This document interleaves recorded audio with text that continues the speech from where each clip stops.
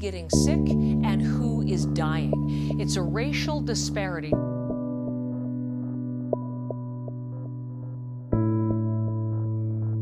Of course, the toll on workers in this country still showing up at great risk. It's been said that the coronavirus doesn't discriminate, with the rich, famous and powerful among those who've fallen ill. But that doesn't tell the full story.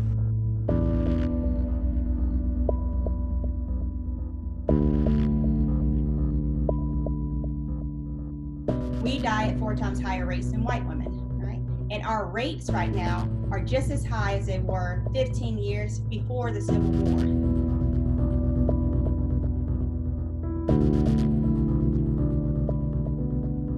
I think we have to use the word racism and recognize that that is systemic and baked in.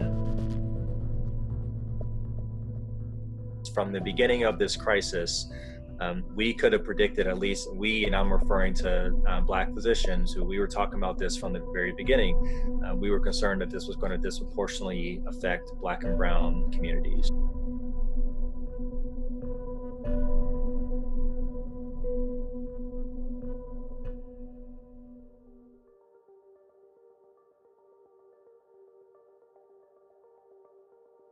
I'm Dr. Ebony J. Hilton. I am currently in Charlottesville, Virginia, and I'm an associate professor of critical care medicine and anesthesiology, and the medical director and co-founder of Good Stock Consulting.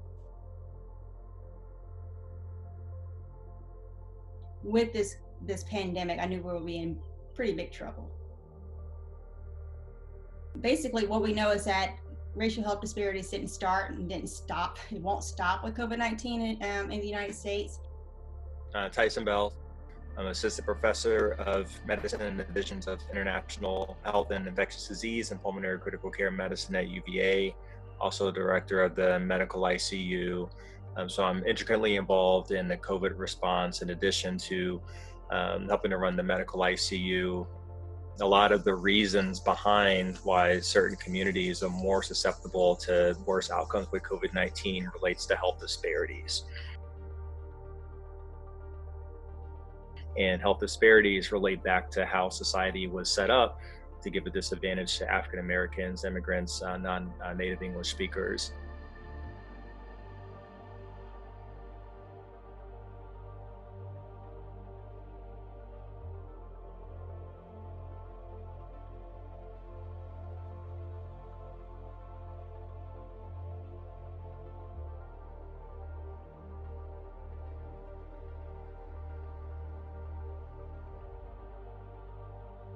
When we're talking about the reason why Black and brown people get infected, there's 2 different things we have to talk about. Why they get infected more, and then why do they die more? Well, if we have a higher proportion of Black and brown communities and low income who are in the service industry, whose job and paycheck and livelihood depend on them showing up for work, what happens when that person has a job that they depend on, that they have to show up for, and it's at risk? What do they do? What option do they have? The other thing is that those persons tend to live in highly densely populated areas. And so when they're going to work, they're getting exposed. And then they all come back into their community where they're bringing that exposure back into that central hub of where a lot of people live. So when we talk about comorbidities, which are the main reason that we're seeing adverse outcomes with people with COVID-19. So these are conditions like high blood pressure or hypertension, high blood sugar or diabetes, obesity, chronic lung disease, asthma, conditions like this. A lot of these track higher in African American and Latinx communities.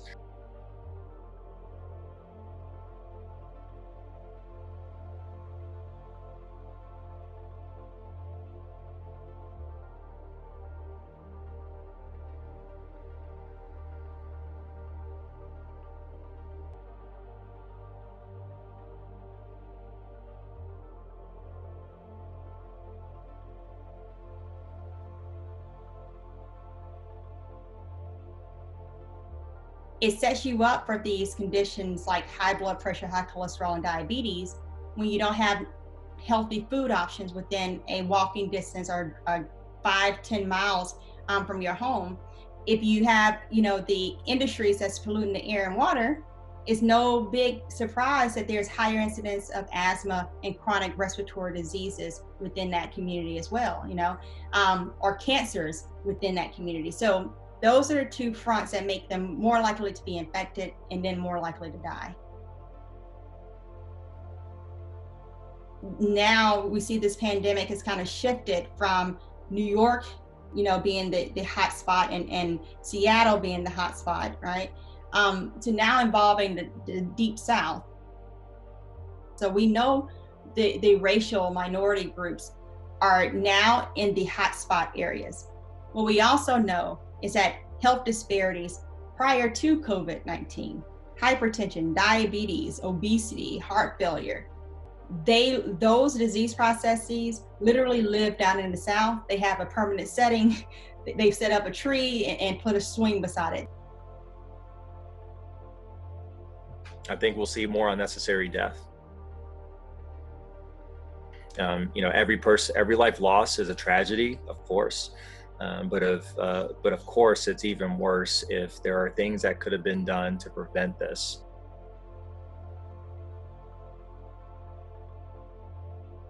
$1,500 Black people that were alive in January, one has died. Black people are going to die at an enormous rate, and that's what is scary. What I fear is that we're going to get down to, for every 1,000 Black people that were alive, or every 500 Black people that were alive. We do have another surge now in the south and western parts of the country, and I can only connect that with just a failure to acknowledge the lessons of recent history in the Northeast, and not having strict orders in place, not having a culture of buying into collective responsibility.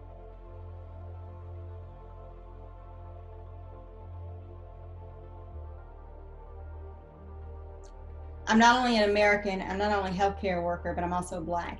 And, it's one of these things of where, like I said, growing up, I wanted to become a doctor so I can make sure that no one had to bury their child. But in growing up in medicine, I realized how naive an 8-year-old can be, because the outcomes for Black people are so much worse across the board.